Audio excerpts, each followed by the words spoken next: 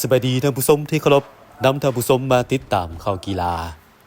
คณะผิดชอบจัดงานมหกรรมกีฬาคนพิการแห่งชาติครั้งที่ 4 มีความพร้อมแล้วรอบด้าน จะจัดขึ้นระหว่างวันที่ 14 หาวันที่ 19 ธันวาคม 2025 นี้ที่นครหลวงเวียงจันทน์เมื่อวันที่ 8 ธันวาคม 2025 ที่ห้องว่าการปกครองนครหลวงเวียงจันทน์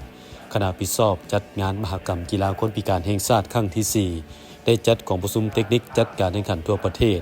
โดยมีท่านวิรวรรณบุญสุขไทยหัวหน้ากลุ่มกีฬามวลชนพละและศิลปศึกษากระทรวงศึกษาธิการและกีฬาทั้งเป็นหัวหน้ากรรมการเทคนิคจัดการแข่งขันพร้อมด้วยคณะกรรมการฝ่ายต่างๆหัวหน้าแผนกศึกษาธิการและกีฬาหัวหน้าคณะนักกีฬาจากบรรดาแขวงนครหลวงและต่างหน้าสหพันธ์กีฬาคนพิการแห่งชาติเข้าร่วมท่านวิรวรรณบุญสุขไทยได้กล่าวว่ากองประชุมครั้งนี้เป็นโอกาสดีที่คณะผิดชอบเกี่ยวข้อง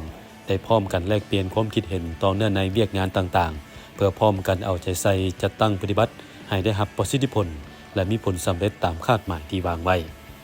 งานกีฬาคนพิการแห่งชาติครั้งที่ 4 จะเปิดฉากทางการวันที่ 14 ธันวาคมและปิดฉากวันที่ 19 ธันวาคม 2025 นี้คาดว่าจะมีนักกีฬาเข้าร่วมหลายกว่า 300 คนที่มาจากนครหลวงและบรรดาแขวงต่างๆในทั่วประเทศจะมีการแข่งขันทั้งหมด9ประเภทกีฬาคือกีฬายกน้ำหนักลอยน้ำแลนลานโกนบานบ่วงล่อเรือนบานเตะคนพิการตา5คนบอสเซียต่อปีไก่ฟันดาบโดยมีระดับความเป็นพิการที่แตกต่างกันสิ่งทั้งหมด172เหรียญคำ172เหรียญเงินและ172เหรียญทองโดยพิธีเปิดงานและปิดงานจะจัดขึ้นอยู่สโมสรใหญ่มหาวิทยาลัยแห่งชาติส่วนสนามกีฬาห้องขับให้แก่การแข่งขันประกอบมี7สนาม6สนามอยู่ในเขตมหาวิทยาลัยแห่งชาติคือสนามกีฬากลางเดินในโฮมบูยองเดินในโฮมโอลิมปัสเซียเดินกีฬาบานบ่วงเดินบานเตะหญ้าเทียมสถาปัตย์และเดินในโฮมสโมสรใหญ่